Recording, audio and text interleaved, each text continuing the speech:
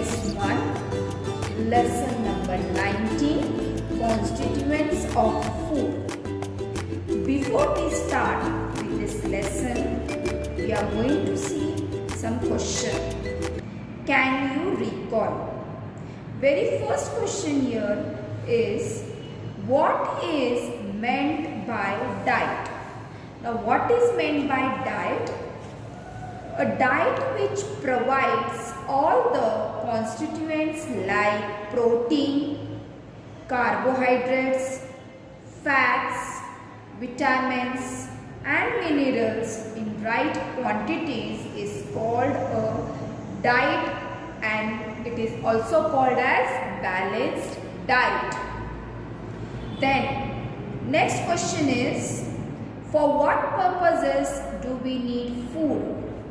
For what purpose we need food, children? We need food to live and grow and to get energy. See, when you feel hungry, how do you feel? You don't like to do any work because you require energy to do any work. So, we need food to live also and to grow, and the main thing, from food we get energy. For that purpose we need food. Then next question, what are the different tastes that foodstuff have? Now, which taste they are having? See, you are eating all types of food. When you are eating food, you must be easily come to know that food is sweet, or it is salty, or it may be oily, or it may be sour. So here, what will be the answer? The food may be sweet, sometimes it is salty, oily, or it is fibrous, sour. Then next question, how do we experience this taste? It is very easy question which you are learning since the first standard. We experience this taste with the help of our tongue, correct? But the proper answer when we want to give, we have to tell that we experience this taste with the help of our taste buds situated in our mouth. I am repeating again. We experience this taste with the help of our taste buds situated in our mouth. See, children, you have learned that foodstuff have constituents that are useful to us in different ways. Let us learn some more about the constituents of food. Very first one is carbohydrates. Try this material, a piece of a potato, tincture of iodine, a dropper. Then what is the procedure? Add some water to a tincture of iodine to dilute it. Using a dropper, put a few drops of it on the piece of potato and observe. What do you see? See this, you can see in front of you. The piece of potato turns a blackish blue.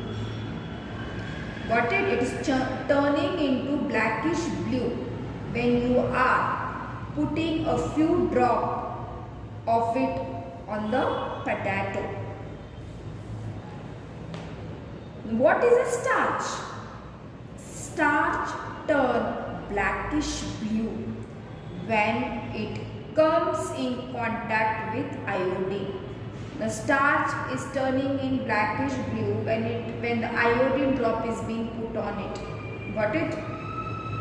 So we can infer that there is starch in the potato.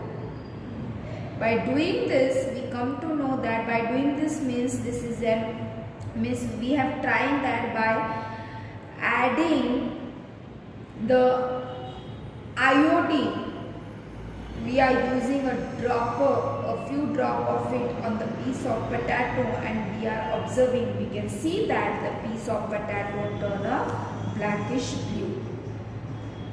So the sago and sweet potato also contain starch. Cereals like jawar, bajra, wheat, rice contain a lot of starch. That means they are called as starchy foods. We obtain flour from these grains. These grains form our staple diet. We get energy from starchy food. We should include all this cereal in our day-to-day life. Why? Because we get energy from this starchy food. Our body uses this energy for different kind of work. This energy also keeps the body suitably warm. Do you know? You should know this. When the starchy foods we eat are digested, sugar are formed. This sugar burns slowly in our body, releasing energy. In other words, sugar formed by the digestion of starch act as fuel for our body. Got it? Now next one, they are telling us use your brain power.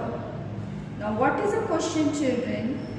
Why do we feel hunger in winter than we do in summer? Now here they are telling in winter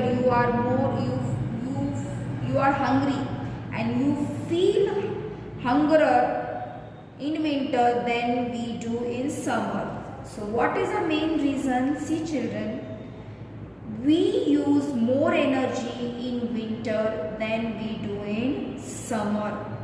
It is very hot in summer, hence we tend to take it a little easy.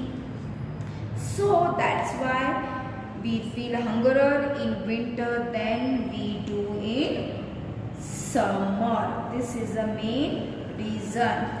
And also listen carefully, there is one more reason. See, the sugar obtained by digestion of carbohydrates are slowly burned to release energy. Some of the energy released is utilized by the body to generate heat and keep the body warm. During winter, when the temperature outside is cold, therefore the body needs to burn more sugar to generate more heat to keep the body warm. Whereas in summer, less heat is required, so less sugar is burned to produce heat. Since more sugar is required in winter to keep the body warm than in summer, we feel hunger in winter than we do in summer. Got it, children? This is the main reason. Now next one is, can you tell what substance do we use to give our food a sweet taste? Now, what substance do we use to give our food a sweet taste? We use either sugar, jaggery or honey to sweeten our food. See, after you finish eating your food, we are having habit of eating sweet thing. Many people are having this habit. So, here they are asking us, what substance do we use to give our food a sweet taste? We use either sugar, jaggery or honey to sweeten our food. Then, the next question is, of the food that we eat raw, which ones are sweet? Now here how you are going to answer? Beetroot, most of the ripe fruits like mango, banana, chiku, and milk is also sweet. Got it, children? Now let us start with the next one. Now next one is sugar. Now what is sugar? Foodstuff that taste sweet contain different kinds of sugar. Now whatever foodstuff which taste sweet, they contain different kinds of sugar. For example, we can obtain jaggery and table sugar from sugar cane because it contains a sugar called sucrose. What it is called? It is called as sucrose. Dry fruits like mango, banana, chiku, as also honey and milk also contain various kinds of sugar. You all are eating this and you all like these fruits to eat, and milk also contain various kinds of sugar. They too give us energy. See children, we should see your parents are always telling you that you should eat fruits and you should also drink milk. Why? Because if you drink milk and eat fruit, it gives you more energy. So that's why in your diet you should, along with your diet, you should include the fruits and milk. And see, nowadays your parents are always forcing you to drink milk. Why the children are told to drink milk every day? What is the reason? See, listen carefully. Children are growing tall and hence their bones are also growing. Calcium is needed for strong bones. Hence, children need to get large amount of calcium for proper growth of bones.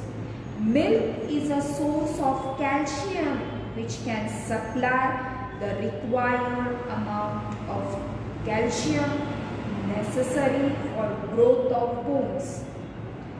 See children, you are growing nowadays, you are becoming tall, for which you require calcium, and we get calcium mostly from milk. And calcium is necessary for the growth of bones, and that's why your parents are always telling you to drink milk every day. Why? Because to get us energy. From milk we get us energy. Now next one is fiber. Now what is a fiber? When grains like jawar, wheat is ground into a flour, the particles in the flour are not all alike. When the flour is sifted, we find the larger particles left behind on the seed. These particles are fine piece of the skin or bran of the grain. Got it? Bran is a fibrous substances. It is a fibrous substance. In the process of digestion, fiber has a special function. Fibrous substances help the food to move forward in the alimentary canal at the right speed. See children, this your mother, when she is making chapati for you, see directly she is not making chapati. First of all, she has to